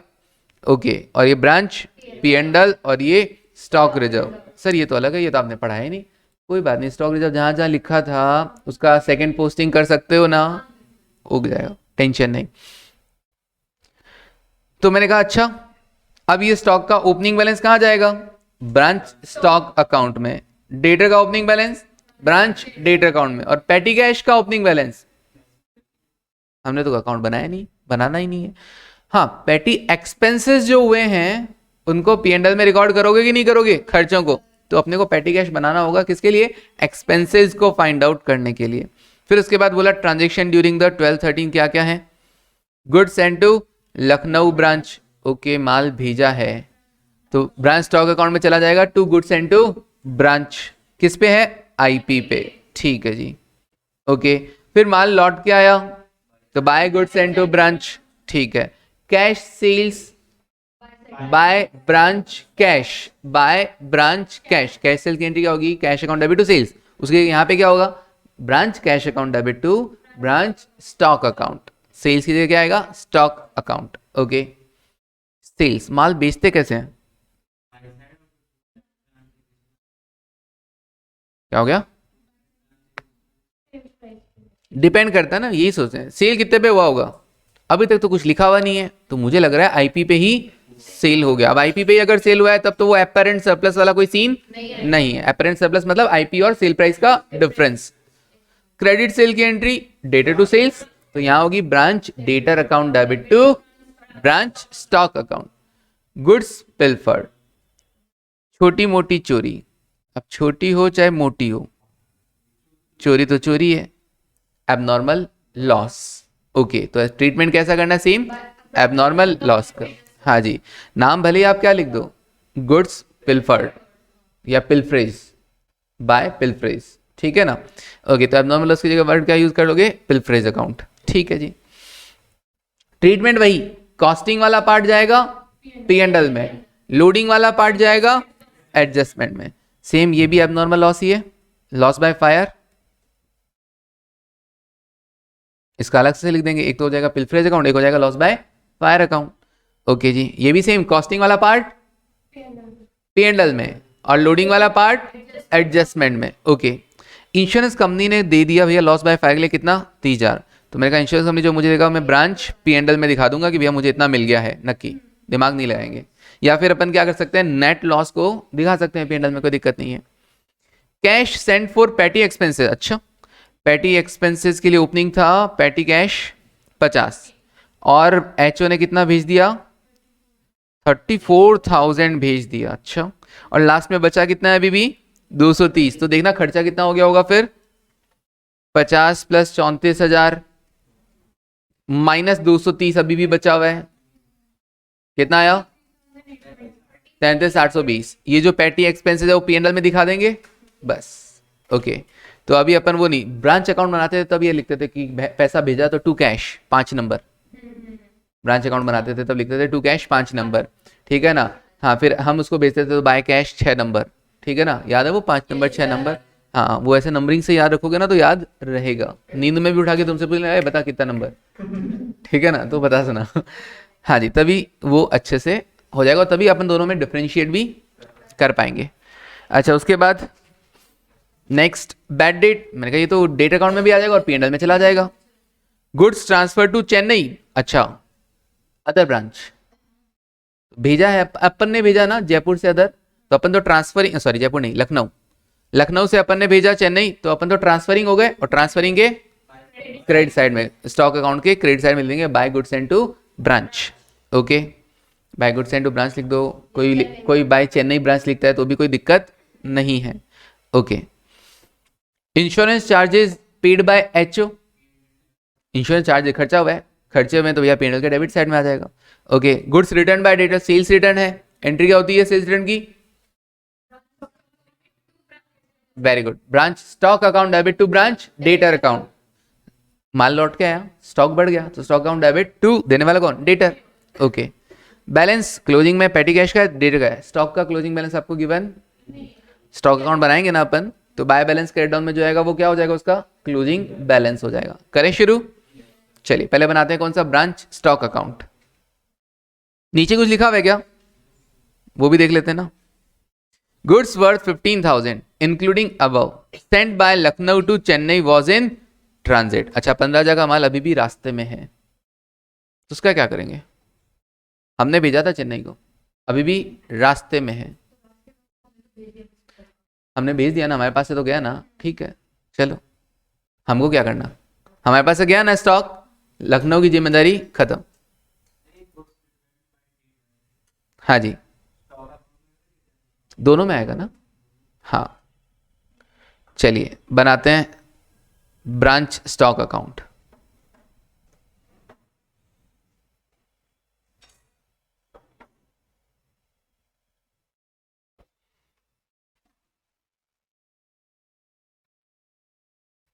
किसकी बुक्स चल रही है यहां पर, इन द बुक्स ऑफ, हम डिपेंडेंट ब्रांचेस पढ़ रहे हैं कि इंडिपेंडेंट, अभी तक हम डिपेंडेंट ब्रांचेज में ही चल रहे हैं, उसमें हमने डेटर मेथड पढ़ा और अभी स्टॉक एंड डेटर मेथड पढ़ रहे हैं। कौन सा ब्रांच स्टॉक है, लखनऊ, हाँ branch stock account,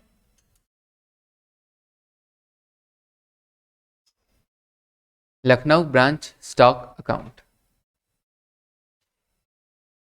particular amount, particular amount, date का अमाउंट कॉलम की रिक्वायरमेंट नहीं है।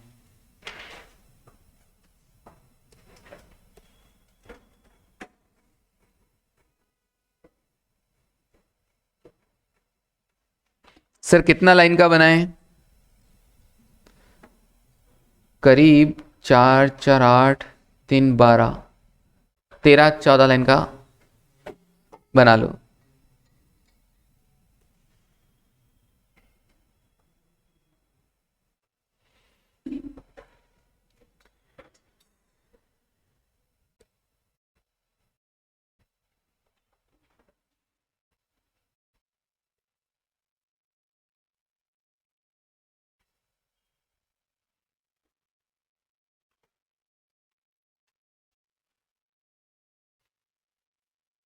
हाँ जी, सबसे पहले डेबिट साइड में क्या लिखेंगे आप? To balance brought down. Opening stock देखना, ओपनिंग स्टॉक कितना था सर? 30,000 रुपए। अच्छा, स्टॉक अकाउंट हमेशा किस पे बनेगा? आईपी पे बनेगा। कौन से मेथड में? स्टॉक एंड डेटर मेथड में। कितना बताया? 30,000। To balance brought down 30,000। Okay, फिर देखते चलो, स्टॉक इंक्रीज होगा तो डेबिट साइड, डिक्रीज होगा तो credit side. One by one, debtor, petty cash, transaction में सबसे पहला goods and to Lucknow branch, तो लिख दो to goods and to branch 3,25,000। To goods and to branch, to goods and to branch 3,25,000। Okay, फिर by, हाँ जो हमने लौटाया एचओ को, तो by goods and to branch 10,000।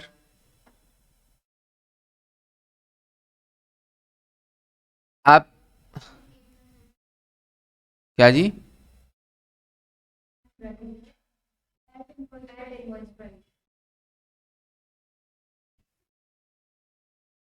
हाँ, ये टी ऐसे ही लिखते हैं। हाँ कोई ना, by goods and to branch. अच्छा एक बात बताओ, हमने जो माल भेजा था, हमने पूरा क्वेश्चन पढ़ा, एचओ को भी भेजा था और चेन्नई ब्रांच को भी भेजा था क्या? ओके, यहाँ पर तो दोनों लिख दें यहाँ पर एक साथ ही। क्यों? हाँ तो लखनऊ का बना रहे हैं, तो अपन क्या कर रहे हैं? लखनऊ से एचओ को भेज रहे हैं और लखनऊ से अदर ब्रांच भेज रहे हैं, तो ट्रांसफरिंग के क्रेडिट साइड में आएगा ना।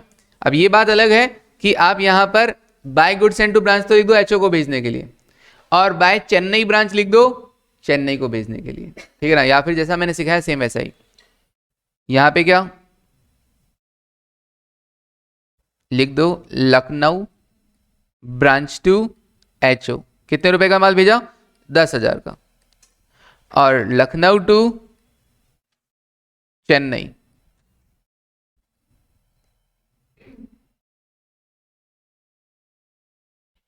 Chennai branch, Lucknow to Chennai branch.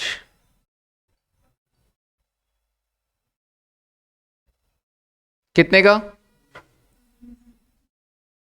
हाँ जी, 15 का था और पूरा का पूरा 15 अभी भी रास्ते में, तो उसका अपने को कुछ करना नहीं, अपन तो पूरा 15 दे दिए, तो बाय इस तरफ लिख दो 15,000। ओके, अपने पास से तो गया Lucknow branch to other branch. फिर उसके बाद माल आया गया, ठीक है। और क्या क्या आएगा स्टॉक अकाउंट में? मेगा लाइन से कैश सेल, इसकी वजह से भी तो माल चला गया, खत्म हो गया, तो लिखो by branch cash, by branch cash. Cash account debit to sales है ना, और ब्रैकेट में लिख सकते हो क्या? Cash sales. कितना अमाउंट था? 1,00,000, ठीक है। उधारी भी बेचा था ना, तो by branch debtor account, credit sales. हाँ जी, क्रेडिट सेल्स कितने बताया? 1,75,000। ओके, तो बाय ब्रांच कैश और बाय ब्रांच डेटर। कुछ लौट कर भी आया था क्या सर? हाँ ये देखो कैश सेल्स है, ये क्रेडिट सेल्स है, कुछ लौट कर भी आया था क्या? हाँ, गुड्स रिटर्न बाय डेटर 500 रुपए का माल, गुड्स रिटर्न बाय डेटर। भाई सेल्स रिकॉर्ड करेंगे तो हैंड टू हैंड क्या रिकॉर्ड करना है? Sales return. भाई जैसे ही अपने अपने दिमाग में सेट है, सबसे पहले ओपनिंग स्टॉक, फिर जो माल भेजा वो, फिर माल लौट के आया वो, फिर बेचा तो बेचेंगे तो रिटर्न भी रिकॉर्ड कर लेंगे अगर होगा तो रिटर्न है तो to branch debtor, to branch debtor that is sales return 500 रुपए। ओके, सेल्स और सेल्स रिटर्न लिखने के बाद हम अपना दिमाग लगाएंगे। मैंने कहा ये सेल्स किस पर है? आईपी पे है या आईपी से भी ज्यादा पे है? पूरा क्वेश्चन साइलेंट था, इसका मतलब हमने बेचा कैसे होगा? ऑब्वियसली हाँ आईपी पे ही बेचा था, कॉस्ट प्लस 25%। तो आईपी ही क्या है? सेल प्राइस है, तो इस क्वेश्चन में अपेरेंट सरप्लस का कोई गेम नहीं है। तो ये सब, ये जो सेल रिकॉर्ड हुई है सब आईपी पे ही है, तो इस पे कोई लोडिंग वाला अमाउंट नहीं हटाना। Over the selling price, over and above किसके, आईपी, वो अपने को नहीं दिखाना यहाँ पर। समझ में आया, आईपी से ऊपर का अमाउंट नहीं दिखाना। अच्छा, फिर उसके बाद और देखो स्टॉक का क्या हुआ, कहीं कहीं नुकसान हुआ था, हाँ सर एबनॉर्मल लॉस हुआ था ना, तो उसके लिए लिख दो पिलफ्रेज कितना 2000 का, लॉस बाय फायर कितना 5000 का, तो लिख दो बाय पिलफ्रेज अकाउंट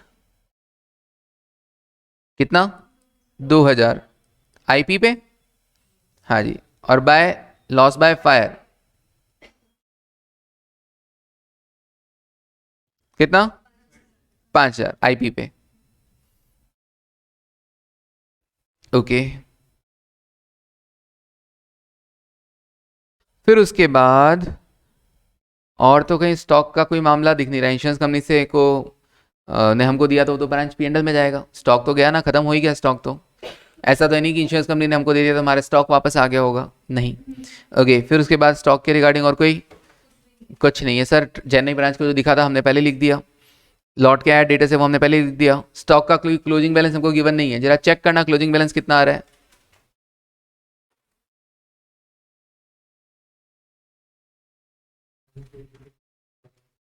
कितना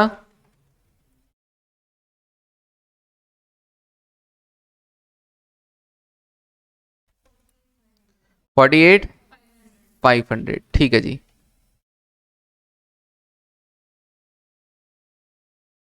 बाय बैलेंस कैरेट डाउन, मुश्किल था क्या? स्टॉक आया, एचओ से आया, गया, एचओ को दे दिया, अदर ब्रांच को दे दिया, बेच दिया, खत्म हो गया। लॉट क्या आया, वापस डेबिट में लिख दिया सेल्स रिटर्न को। क्या एबनॉर्मल लॉस हो गया वो दिखा दिया, बस हो गया अक्षिका, डन। चलिए, ब्रांच स्टॉक अकाउंट के बाद नेक्स्ट कौन सा, ब्रांच डेटर अकाउंट बनाइए। Lucknow branch debtor account, Lucknow branch debtor account.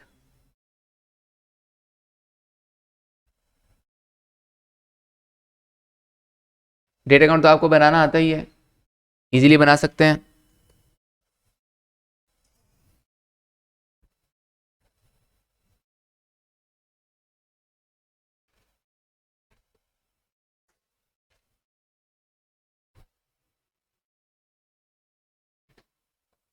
Sir कितनी लाइन का बना है, 3 3 6 7 7 8 लाइन का बनाना है।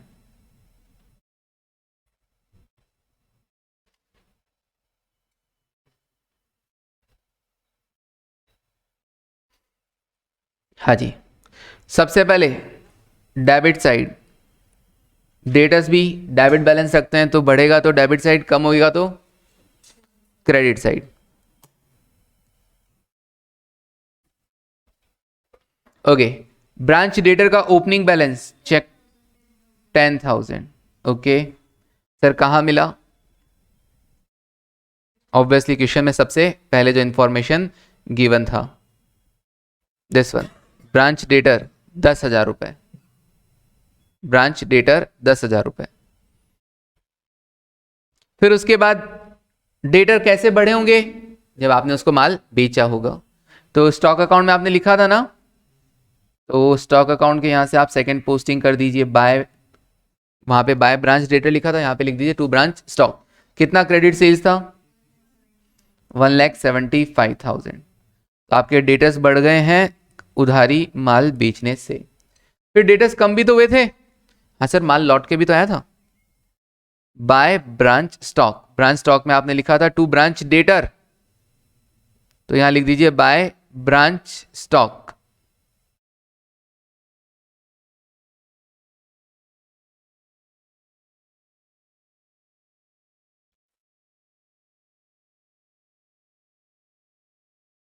कितने रुपए का लौट के आया था, 500 का sales return 500।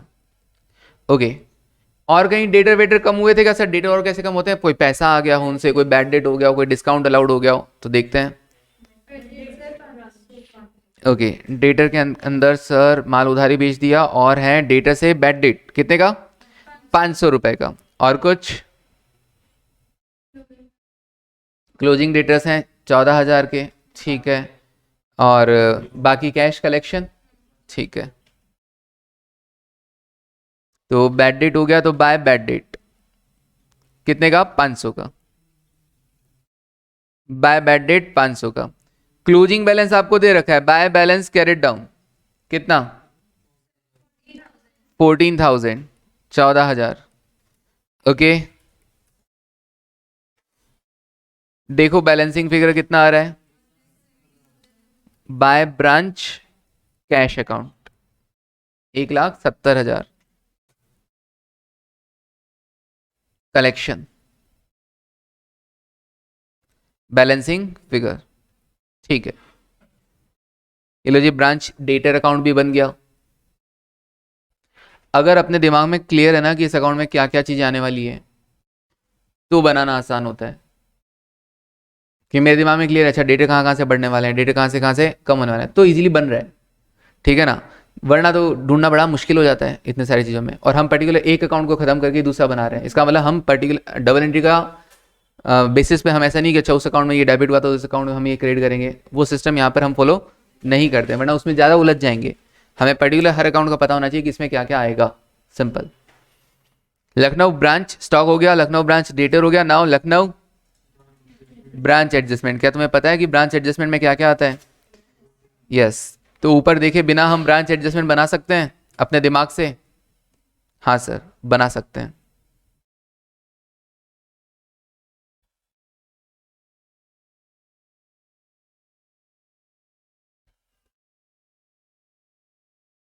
Lucknow branch adjustment account, सब लोडिंग वाला पार्ट आता है। दो स्पेशल एडजस्टमेंट आते हैं, कौन कौन से? एक तो नॉर्मल लॉस वाला, कि नॉर्मल लॉस का तो पूरा का पूरा अमाउंट आ जाता है आईपी, और एक वो एपरेंट सरप्लस अगर हो तो वो भी आ जाता है यहाँ पे। तो देखते हैं यहाँ पे क्या क्या आता है, दिमाग का यूज करेंगे। ब्रांच एडजस्टमेंट अकाउंट, मैंने कहा देखो जी, सबसे पहले तो एचओ क्या सोच रहा होगा कि ओपनिंग स्टॉक जो पड़ा है उस पर हम कमाएंगे, तो by stock reserve, by stock reserve, सिर्फ और सिर्फ लोडिंग।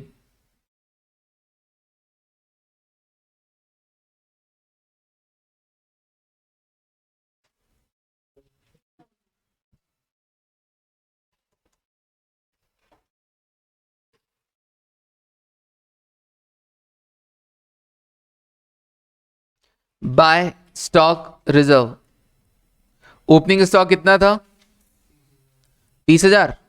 ओके, 30,000 क्या है? आईपी, तो 125 से डिवाइड कर दो, और अपने को क्या कैलकुलेट करना है? लोडिंग, तो 25 से मल्टीप्लाई कर दो, 6,000 रुपए का। Okay, by stock reserve. उसके बाद हमने कुछ माल भेजा था, हमने कुछ माल भेजा था, और कुछ माल वहां से लौट कर भी आ गया था। दोनों पे क्या हटा देंगे? नेट करके लोडिंग हटा दें। अलग अलग हटाना हो तो अलग अलग हटा दो, नेट करके हटाना हो नेट करके हटा दो। तो by goods and to branch, by goods and to branch, माल कितना भेजा था ये बताओ। एचओ ने जयपुर ब्रांच को, लखनऊ ब्रांच को कितना माल भेजा था?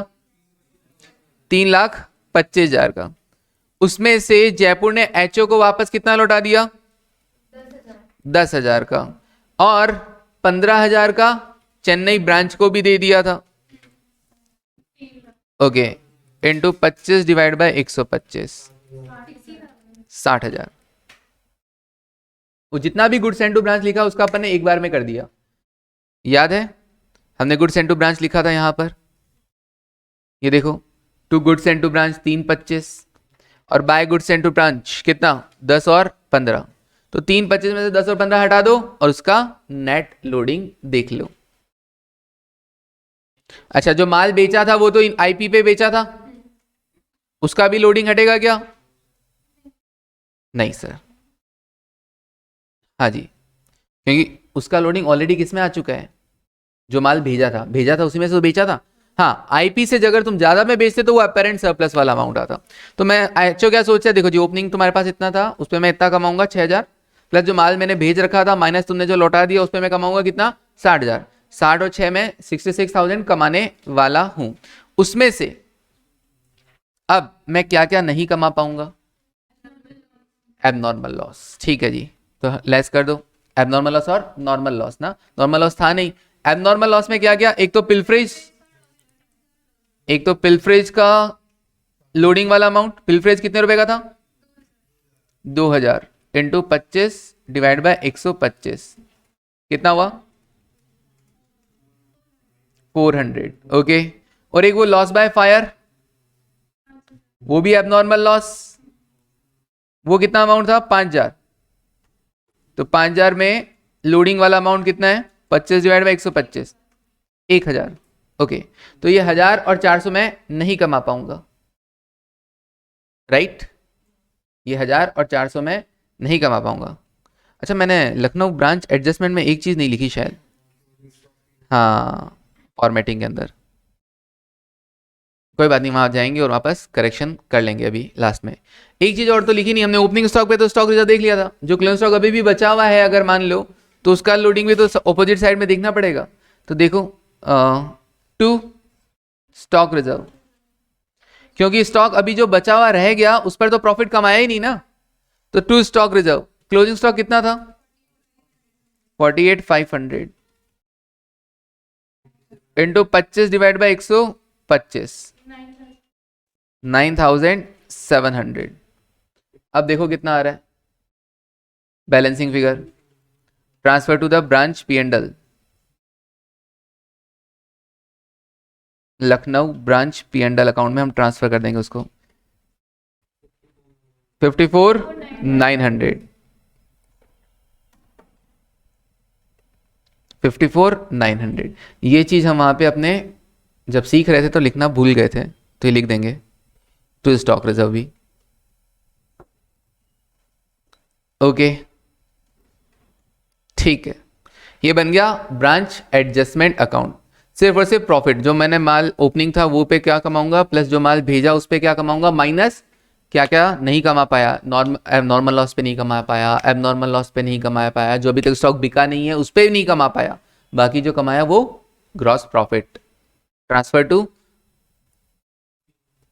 P&L account.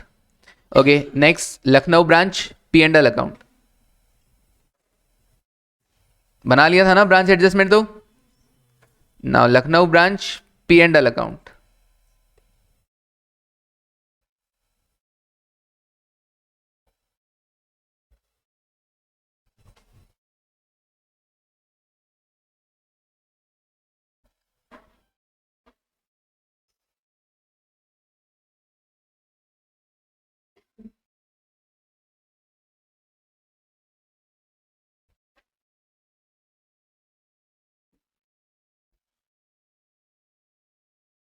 Lucknow branch P&L account, शुरुआत किससे होगी,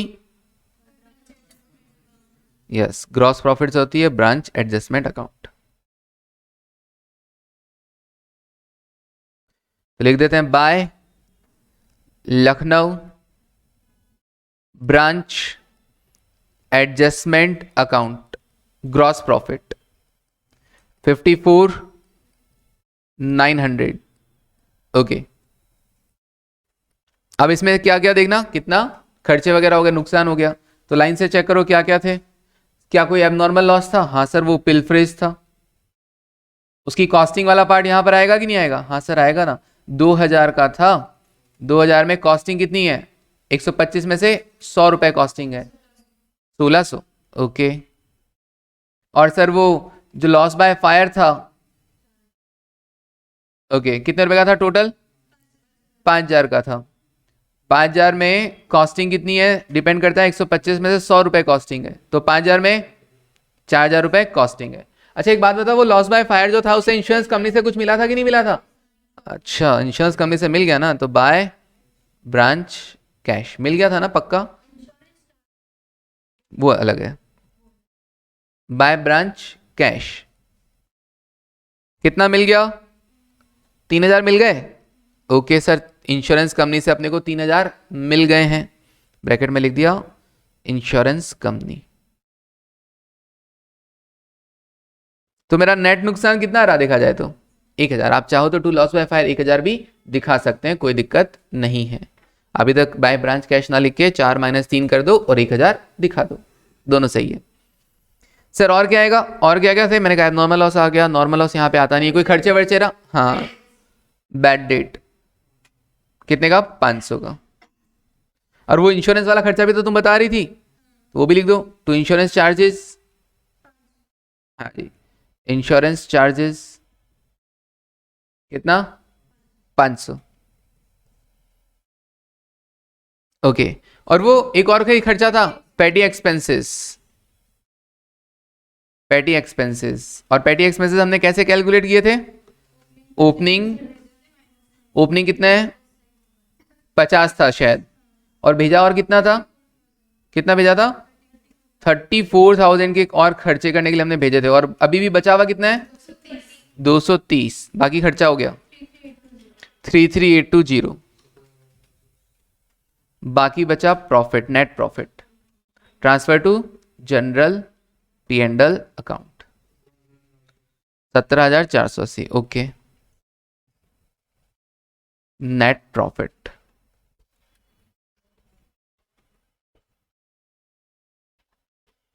17,480 नेट प्रॉफिट।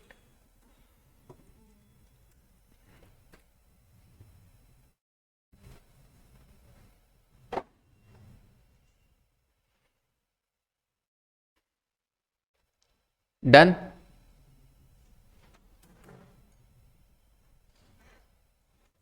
कोई परेशानी हुई, दिमाग में याद रखना पड़ेगा, धीरे धीरे करेंगे क्वेश्चंस तो याद होंगे।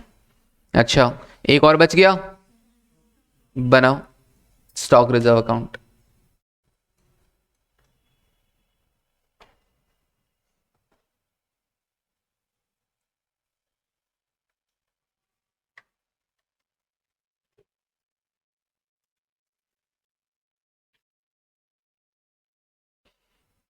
चलिए बनाइए स्टॉक रिजर्व अकाउंट। सबसे पहले ओपनिंग में स्टॉक रिजर्व का बैलेंस होता है क्या, क्रेडिट बैलेंस, क्योंकि स्टॉक का अगर डेबिट है तो ऑब्वियसली स्टॉक रिजर्व क्या हुआ होगा, क्रेडिट। अच्छा, इस बार आपने क्लोजिंग स्टॉक के लिए स्टॉक रिजर्व बनाया है क्या, बनाया है सर, हमने एंट्री क्या की, स्टार मार्क लगा हुआ है ना, adjustment account debit to stock reserve, ये आपने एंट्री किया, आपने स्टॉक रिजर्व बनाया क्लोजिंग स्टॉक पे। अब ये अगले साल क्या जाएगा, ओपनिंग बैलेंस होगा कि नहीं होगा इसका, तो क्रेडिट बैलेंस होगा कि debit balance, sir credit balance. हमने एंट्री किया adjustment account debit to stock reserve, तो स्टॉक रिजर्व क्या हुआ है, क्रेडिट हुआ है, तो इसका ऑब्वियसली कौन सा बैलेंस रहा होगा, क्रेडिट बैलेंस रहा होगा। ऐसे ही पिछली बार भी आपने बनाया होगा, जो इस बार आपका ओपनिंग स्टॉक है, तो इस बार आपका ओपनिंग स्टॉक पे स्टॉक रिजर्व कितना 6,000 था, ये आपने पिछली बार क्रिएट कर लिया होगा ना, पिछली बार आपने इसके लिए एंट्री किया होगा एडजस्टमेंट टू स्टॉक रिजर्व, तो उसका बैलेंस ओपनिंग बैलेंस आएगा कि नहीं आएगा यहाँ पे, तो ओपनिंग बैलेंस लिख दो, कितना था 6,000 है ना, हाँ जी, तो स्टॉक रिजर्व में आप लिख दीजिए बाय बैलेंस ब्रॉट डाउन 6,000 रुपए। ये पिछली बार जो आपने बनाया था उसका बैलेंस कैरी किया है मैंने, अभी इस बार वाली एंट्री की पोस्टिंग नहीं की है मैंने। बाय बैलेंस ब्रॉट डाउन 6,000 रुपए। ओके, कैसे आया था सर, पिछली बार स्टॉक था कितना 30,000 इंटू 25 डिवाइड बाय 125। इस बार क्या होता है, स्टॉक रिजर्व जो था ना पिछली बार आपने क्रिएट किया था, opening of the year, starting of the year में क्या कर दिया जाएगा, उसका एक रिवर्स एंट्री कर दिया था उसको हटाने के लिए, जो कि आपने किया था। आपने क्या एंट्री किया था, आपने एंट्री किया था stock reserve account debit to Lucknow branch adjustment account. क्यों किया था ये एंट्री, ताकि जो पिछली बार आपने स्टॉक रिजर्व क्रिएट किया था उसको हटा दिया जाए। ओके, तो stock reserve account debit to Lucknow branch adjustment, और लिख दो to Lucknow branch adjustment, Lucknow branch adjustment account कितना 6,000 रुपए। ऐसा करने से स्टॉक रिजर्व का बैलेंस क्या हो गया, खत्म। पिछली बार हमने बनाया था ना, क्योंकि हमारा ये क्या था अनरियलाइज प्रॉफिट था, बट ये तो इस बार तो रियलाइज हो जाएगा, तो हमने उस अकाउंट को क्लोज कर दिया। रियलाइज कब होगा, जब माल बेच दोगे तो रियलाइज हो जाएगा, सिंपल। इस बार आप फिर बना रहे हो स्टॉक रिजर्व, तो उसके लिए आप एंट्री क्या किए थे, लखनऊ ब्रांच के डेबिट साइड में लिखा था ना, Lucknow branch adjustment account debit to stock reserve, कितना था क्लोजिंग स्टॉक 48,500, उस पर आपने 25 डिवाइड बाई 125 से कितना अमाउंट का बनाया था, कितना 9700 का इस बार स्टॉक रिजर्व क्रिएट किया है, जो कि इस बार क्या आ जाएगा, क्लोजिंग बैलेंस में आ जाएगा, टू बैलेंस कैरिड डाउन, कितना 9700। और बैलेंस शीट में ये स्टॉक रिजर्व कैसे लेस, कहां दिखाया जाएगा, स्टॉक में से लेस करके, स्टॉक में से लेस करके। अच्छा, अगले साल की यही चीज क्या हो जाएगी, ओपनिंग बैलेंस हो जाएगी। अगले साल के लिए यही चीज क्या हो जाएगी, opening balance by balance brought down 9700। अगले साल फिर स्टार्टिंग ऑफ द ईयर में कि आप क्या कर देना, इसको हटा देना और फिर एट द एंड क्रिएट करना, और वो बच जाएगा क्लोजिंग बैलेंस। हाँ जी, कर दिया ना, इस बार के क्लोजिंग स्टॉक के लिए ये किया कि नहीं किया। इस बार पहले तो हमने क्या किया, हमने रिवर्स किया, पहले तो हमने क्या किया, इसको रिवर्स किया फॉर ओपनिंग स्टॉक, और फिर लास्ट में क्या किया, क्रिएट किया फॉर क्लोजिंग स्टॉक। बस जो क्रिएट किया है वो लास्ट में क्लोजिंग बैलेंस रह जाएगा, सिंपल, और बैलेंस शीट में स्टॉक में से लेस होकर शो हो जाएगा, stock minus stock reserve. Done. किसी भी एसेट के लिए अगर आप प्रोविजन बनाते हो तो उस एसेट में से लेस करके शो करना चाहिए। वैसे ही स्टॉक को आप किस पे शो करते हो, कॉस्ट और NRV which ever is lower, तो स्टॉक को कॉस्ट पे शो करना चाहिए, एनआरवी तो मुझे पता नहीं है, तो कॉस्ट पे शो करना चाहिए ना। जबकि आपका स्टॉक का बैलेंस आईपी पे आ रहा था कि नहीं आ रहा था, हाँ सर हमारा स्टॉक का बैलेंस तो आईपी पे आ रहा था, हमारा स्टॉक का बैलेंस था कितना 48,500, 48,500 था सर, ये तो आईपी है, तो हम क्या इसे आईपी पे शो करेंगे, मैंने कहा नहीं, आईपी में से क्या हो जाएगा, ये स्टॉक रिजर्व जो क्लोजिंग बैलेंस है वो लेस हो जाएगा, तो अपने आप स्टॉक किस पे आ जाएगा, कॉस्ट पे शो हो जाएगा। तो बैलेंस शीट में स्टॉक हमेशा किस पे शो होता है, कॉस्ट पे, और NRV which ever is lower. अब एनआरवी था नहीं तो हम किस पे शो कर देंगे, कॉस्ट पे। डन।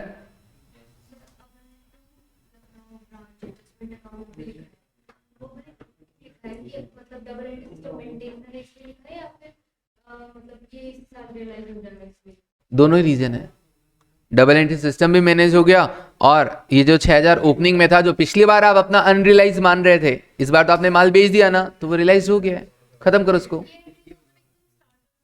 यस, ये entry starting of the year 1 अप्रैल को ही हो जाएगी, और ये वाली एंट्री 31 मार्च को, क्योंकि प्रोविजन जब भी बनाते हो, प्रोविजन फॉर अनरियलाइज प्रॉफिट, वो at the end of the year बनता है, और अगले साल वही प्रोविजन क्या कर दिया जाता है, रिवर्स कर दिया जाता है। ठीक है, स्टॉक रिजर्व।